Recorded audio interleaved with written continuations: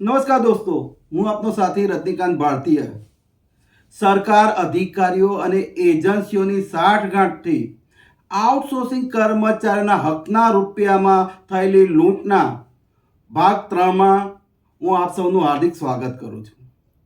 દોસ્તો, ભાગ 1 અને ભાગ 2 જો આપણે જોયો હોય તો એમાં જોયું હશે કે કેવી રીતે ગુજરાત સરકાર દ્વારા એસસી એસટી ઓબીસી સમાજના યુવાનો આર્થિક પ્રગતિ ના કરી શકે, પૈસાદાર ના થાય, બંગલા અને ગાડીઓ ના વસાવી શકે એ માટે આઉટસોર્સિંગની નીતિ લાવી હતી. અને આઉટસોર્સિંગ એજન્સીઓ અને અધિકારીઓએ મળી અને કર્મચારીઓના હકના રૂપિયામાં રીતસરની લૂંટ ચલાવી છે. આજના વિડીયોમાં આપને જે માહિતી આપવા જઈ રહ્યો છું એનાથી આપ સૌ આસાનીથી અંદાજ લગાવી શકશો કે આઉટસોર્સિંગ કર્મચારીઓના પગારમાં જે લૂંટ થઈ છે એમાં કયા કયા અધિકારીઓ સામેલ છે. આઉટસોર્સિંગ કર્મચારીનો પગાર શ્રમ અને રોજગાર વિભાગના કાયદાઓ અને નીતિ નિયમોના આધારે થવો જોઈએ. અને 2015થી લઈ 2020 સુધી શ્રમ અને રોજગાર વિભાગ દ્વારા લઘુત્તમ વેતનમાં અને ભથ્થાઓમાં જે વધારો કરવામાં આવ્યો એના આધારે દરેક ઝોનના આરડીડી એટલે કે વિભાગીય નાયબ નિયામકશ્રીઓએ બાયફર્ગેશન શીટ તૈયાર કરી, જેના પુરાવા આમાં છે. અને આ બાયફર્ગેશન શીટમાં લઘુત્તમ વેતન, bonus, special allowance, uniform allowance, રજા પગાર આ બધું એજન્સીઓને ચૂકવવા આદેશ કરેલા છે. અને આ આદેશના પગલે દરેક જિલ્લાના ઉપાડ અને વહેંચણી અધિકારીઓએ આ તમામ રકમ એજન્સીઓને ચૂકવી છે.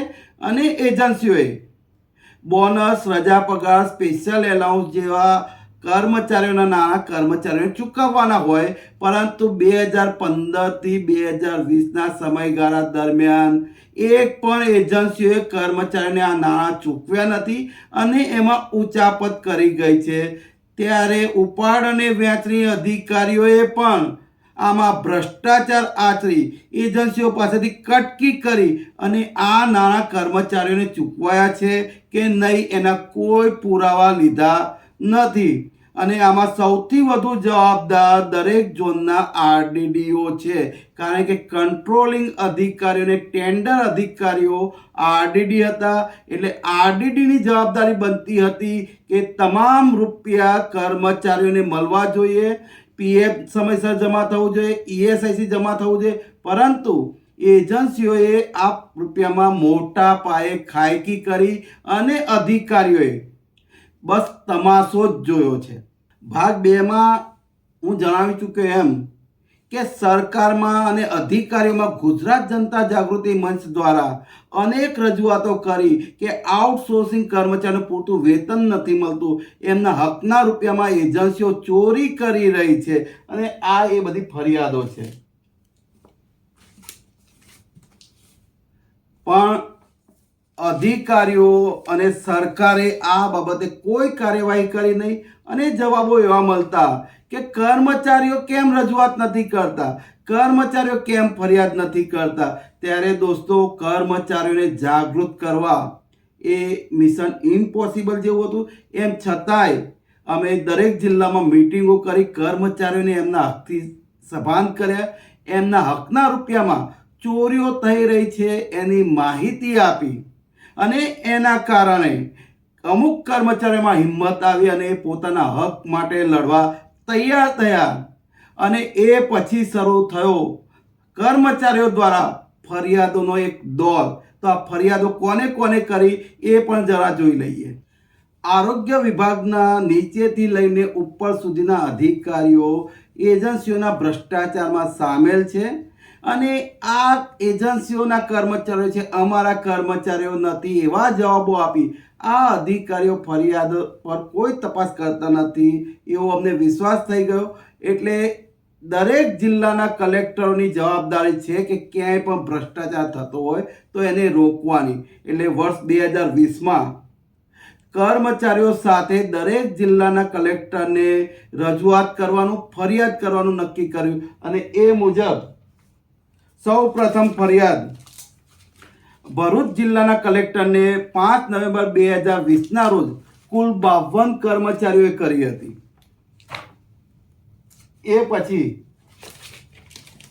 વલસાડ જિલ્લાના કલેક્ટરને 6 નવેમ્બર 2020ના રોજ 71 કર્મચારીઓએ ફરિયાદ કરી. એ પછી છોટાઉદેપુરના 68 કર્મચારીઓએ 9 નવેમ્બર 2020ના રોજ કલેક્ટરને ફરિયાદ કરી. એ પછી 63 કર્મચારીઓએ પંચમહાલ જિલ્લાના કર્મચારીઓને ફરિયાદ કરી. આણંદ જિલ્લાના 71 કર્મચારીઓએ 10 નવેમ્બર 2020ના રોજ કલેક્ટરને ફરિયાદ કરી. ગીર સોમનાથના કુલ 107 કર્મચારીઓએ 12 નવેમ્બર 2020ના રોજ કલેક્ટરને ફરિયાદ કરી.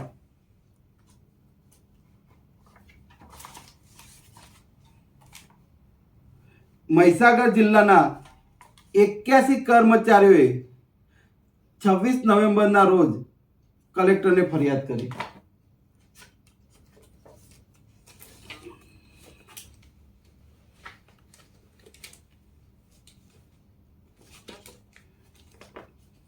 દાહોદ જિલ્લાના 142 કર્મચારીઓએ ફરિયાદ કરી.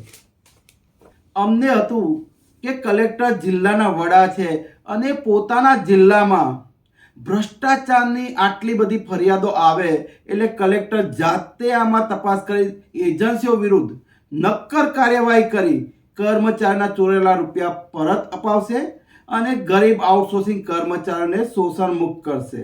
પરંતુ અમે ભૂલી ગયા કે કલેક્ટર પણ સિસ્ટમનો એક ભાગ છે અને એ પણ સિસ્ટમને ફોલો કરે છે. એટલે કલેક્ટરે પણ લવ લેટરની પ્રથા શરૂ કરી અને આ તમામ ફરિયાદો પોતાના જિલ્લાના મુખ્ય જિલ્લા આરોગ્ય અધિકારી CDHOને ફોરવર્ડ કરી અને તપાસ કરવા આદેશ કર્યા. હવે કલેક્ટરે તપાસના આદેશ કર્યા હોવા છતાં પણ લગભગ તમામ મુખ્ય જિલ્લા આરોગ્ય અધિકારીઓ પોતાના ઉપરી અધિકારીના આદેશોને પણ અવગણી અને એજન્સીઓ વિરુદ્ધ કોઈ કાર્યવાહી ના કરી. પણ આટલા સમયમાં અમને ખાતરી થઈ ગઈ હતી કે ફરિયાદ ગમે ત્યાં કરો, તપાસ તો મુખ્ય જિલ્લા આરોગ્ય અધિકારી સુધી જ આવશે અને એમને જ કરવાની રહેશે. એટલે અમે બીજે ક્યાંય જવાની જગ્યાએ સીધા મુખ્ય જિલ્લા આરોગ્ય અધિકારીઓને ફરિયાદ કરવાનું શરૂ કર્યું અને એ માટે દરેક જિલ્લાઓમાં કર્મચારીઓ મોટી સંખ્યામાં ભેગા થઈ અને મુખ્ય જિલ્લાના આરોગ્ય અધિકારીઓને ફરિયાદ કરી. તો તારીખ 23 ફેબ્રુઆરી 2021ના રોજ પંચમહાલ જિલ્લાના કુલ 89 કર્મચારીઓએ મુખ્ય જિલ્લા આરોગ્ય અધિકારીઓની ફરિયાદ કરી. એ પછી બોટાદ જિલ્લાના કુલ 71 કર્મચારીઓએ 25 ફેબ્રુઆરી 2021ના રોજ ફરિયાદ કરી.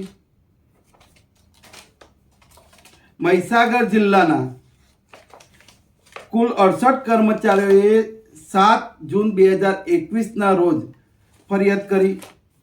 વલસાડ જિલ્લાના કુલ 45 કર્મચારીઓએ 7 જૂન 2021ના રોજ વલસાડ જિલ્લાના મુખ્ય જિલ્લા આરોગ્ય અધિકારીને ફરિયાદ કરી. કલેક્ટર અને મુખ્ય જિલ્લા આરોગ્ય અધિકારીને આટલી મોટી સંખ્યામાં કર્મચારીઓએ પોતાના પગાર, બોનસ, રજા પગાર, સ્પેશિયલ એલાઉન્સ, EPF અને ESICમાં એજન્સીઓ કટકી કરતી હોવાની ફરિયાદો કરી હોવા છતાં પણ આ અધિકારીઓ કોઈ કાર્યવાહી ના કરતા આગળના પગલા તરીકે દરેક ઝોનના વિભાગીય નાયબ નિયામકશ્રીઓ એટલે કે RDDને ફરિયાદ કરવાનું નક્કી કર્યું. RDDને એટલા માટે કે RDD પોતે ટેન્ડર અધિકારી હોવાની સાથે સાથે કંટ્રોલિંગ અધિકારી પણ હતા. એટલે એજન્સીઓ કર્મચારીના પગારમાં જે પણ ભ્રષ્ટાચાર કરે એમાં RDDની સૌથી મોટી અને સૌથી વધુ જવાબદારી બને છે. એટલે RDD કાર્યવાહી કરશે એ આશાથી અમે કર્મચારીઓને RDD કચેરીએ ભેગા કરી અને મોટી સંખ્યામાં ફરિયાદ કરવાનું નક્કી કર્યું. જે મુજબ ભાવનગર RDD કચેરીએ 17 ફેબ્રુઆરી 2021ના રોજ ભાવનગર, બોટાદ, અમરેલી અને ગીર સોમનાથના કુલ 120 કર્મચારીઓએ ભેગા થઈ અને RDDને ફરિયાદ કરી હતી.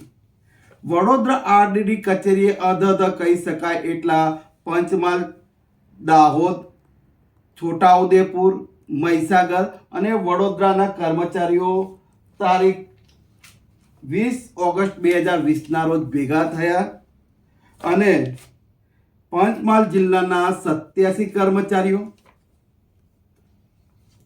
મહીસાગર જિલ્લાના કુલ 110 કર્મચારીઓ, દાહોદ અને વડોદરા જિલ્લાના કુલ 109 કર્મચારીઓ,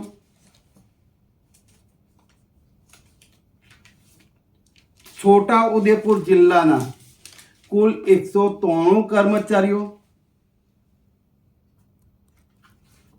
દાહોદ જિલ્લાના કુલ 72 કર્મચારીઓએ ફરિયાદ કરી હતી. એમ છતાં વડોદરા આરડીડી દ્વારા આટલી મોટી સંખ્યામાં ફરિયાદ છતાં કોઈ કાર્યવાહી કરવામાં આવી નહોતી. વડોદરાના વિભાગીય નાયબ નિયામક એટલે કે આરડીડીને આટલી મોટી સંખ્યામાં ફરિયાદો કરેલી હોવા છતાં એમણે કોઈ કાર્યવાહી ના કરી.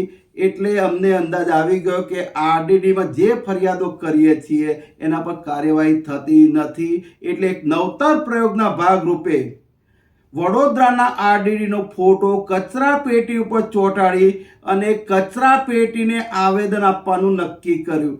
કારણ કે સ્પષ્ટ હતું કે કર્મચારીની ફરિયાદો પર કોઈ કાર્યવાહી થતી નથી. એનો સીધો મતલબ કે તમામ ફરિયાદો કચરા પેટીમાં જ જાય છે. અને એટલા માટે 15 જુલાઈ 2021ના રોજ ભરૂચ જિલ્લાના 70 કર્મચારીઓ અને દાહોદ, વડોદરા અને નર્મદા જિલ્લાના કુલ 131 કર્મચારીઓએ 15 જુલાઈ 2021ના રોજ કચરા પેટીને ફરિયાદો કરી હતી.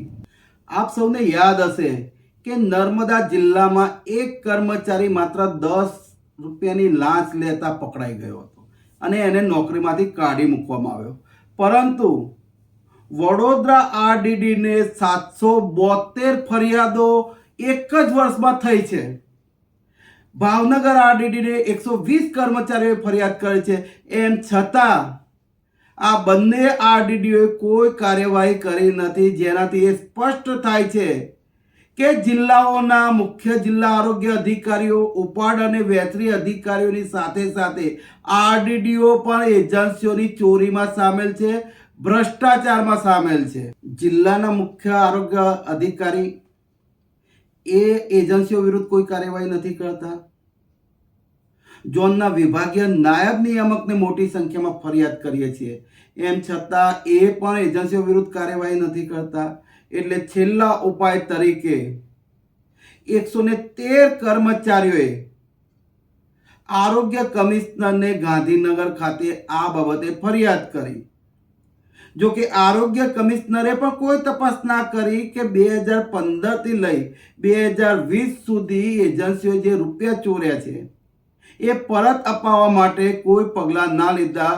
પરંતુ એમણે એક સ્પષ્ટતા જરૂર કરી 26 જુલાઈ 2021ના લેટરથી કે કર્મચારીઓને રજા પગાર, સ્પેશિયલ એલાઉન્સ અને બોનસ એસ્ક્રો એકાઉન્ટ મારફતે એમના પગાર સાથે દર મહિને ચૂકવી દેવાનું. અને આ આદેશના પગલે વડોદરા આરડીડીએ પણ એમના ઝોનના જિલ્લાઓના ઉપાડ અને વહેંચણી અધિકારીઓને રજા પગાર, બોનસ અને સ્પેશિયલ એલાઉન્સ ચૂકવવા આદેશ કર્યા. જેના કારણે વડોદરા ઝોનના મહીસાગર, દાહોદ, પંચમહાલ, છોટાઉદેપુર, વડોદરા, ભરૂચ અને નર્મદા આ 7 જિલ્લાના આઉટસોર્સિંગ કર્મચારીઓને 5 વર્ષના ઇતિહાસમાં સૌ પ્રથમ વખત બોનસ ચૂકવાયું હતું. બાકીના આરડીડીઓએ આ બાબતે કમિશનરના આદેશને પણ ગોળીને પી ગયા અને કોઈ આદેશ ના કર્યા. એના કારણે 5 ઝોનના તમામ જિલ્લાઓના કોઈ કર્મચારીને બોનસ ચૂકવાયું નહોતું. અને એ વાત સ્પષ્ટ છે કે વડોદરા ઝોનના જે જિલ્લાઓ છે એના આઉટસોર્સિંગ કર્મચારીઓ મોટી સંખ્યામાં મેદાનમાં ઉતર્યા હતા. પોતાની નોકરી જશે એ ડર ગુમાવી અને હિંમત સાથે મેદાનમાં ઉતર્યા હતા અને જેનું પરિણામ, જેનો ફાયદો એ લોકોને થયો. પણ બાકીના જે કર્મચારીઓ બધાનું થશે, અમારું થશે એમ વિચારી પોતાના ઘરમાં ભરાઈ બેસે છે અને ચૂપચાપ ગુલામની જેમ નોકરી કરી રહ્યા છે. એ કર્મચારીઓને હંમેશા નુકસાન આવ્યું છે. અને એ નિયમ જ છે કે હક જોતો હોય તો માગવું પડે, મેદાનમાં ઉતરવું પડે, બાકી ઘરમાં બેઠા બેઠા તો ભીખ પણ મળતી નથી. મિત્રો, હાલમાં જ એક ઘટના બની હતી જેનાથી આપ સૌ વાકેફ હશો. ભાવનગરના આરોગ્ય અધિકારી ભ્રષ્ટાચાર કરે છે એવી એક જ ફરિયાદ થઈ હતી અને આ ફરિયાદની તપાસ કરનાર તપાસ અધિકારી આરોગ્ય અને પરિવાર કલ્યાણ વિભાગના અધિક સચિવ દિનેશ પરમારે આ એક જ ફરિયાદમાં ભીનું સંકેલવા માટે 30 લાખ જેવી માતબર રકમની માંગ કરી હતી. ત્યારે આઉટસોર્સિંગ એજન્સીઓએ તો કર્મચારીઓના પગારમાં 5,000 કરોડ કરતા પણ વધુ રકમની ઉચાપત કરી છે અને એના વિરુદ્ધ કર્મચારીઓએ મોટી સંખ્યામાં ફરિયાદો કરી છે. તો જો એક ફરિયાદમાં ભીનું સંકેલવા માટે 30 લાખ જેવી રકમ મંગાતી હોય તો આટલા મોટા ભ્રષ્ટાચારમાં અને આટલી બધી ફરિયાદોમાં ભીનું સંકેલવા માટે મુખ્ય જિલ્લા આરોગ્ય અધિકારી સહિત તમામ ઉપાડ અને વહેંચણી અધિકારીઓએ, આરડીડીઓએ અને કમિશનર કચેરીના ઉચ્ચ અધિકારીઓએ કેટલા રૂપિયાની લાંચ એજન્સીઓ પાસેથી લીધી હશે એ કલ્પના બહારની વાત છે. મિત્રો, જ્યારે નીચેથી લઈને ઉપર સુધીના તમામ અધિકારીઓ ભ્રષ્ટાચારમાં ગળાડૂબ હોય, અનેક ફરિયાદો છતાં કોઈ નક્કર પરિણામ ન મળતું હોય અને સતત નિરાશા વ્યાપી જતી હોય, એવા સમયમાં કર્મચારીઓએ એવું શું કર્યું કે જેના કારણે રાજ્યભરના ભ્રષ્ટાચારી અધિકારીઓમાં ખળભળાટ મચી ગયો અને આ તમામ અધિકારીઓ ખુલ્લા પડી ગયા? તો એ જાણવા માટે ભાગ 4 જોવાનું ચૂકશો નહીં. જય ભીમ, જય સંવિધાન, જય આદિવાસી, જય જોહાર.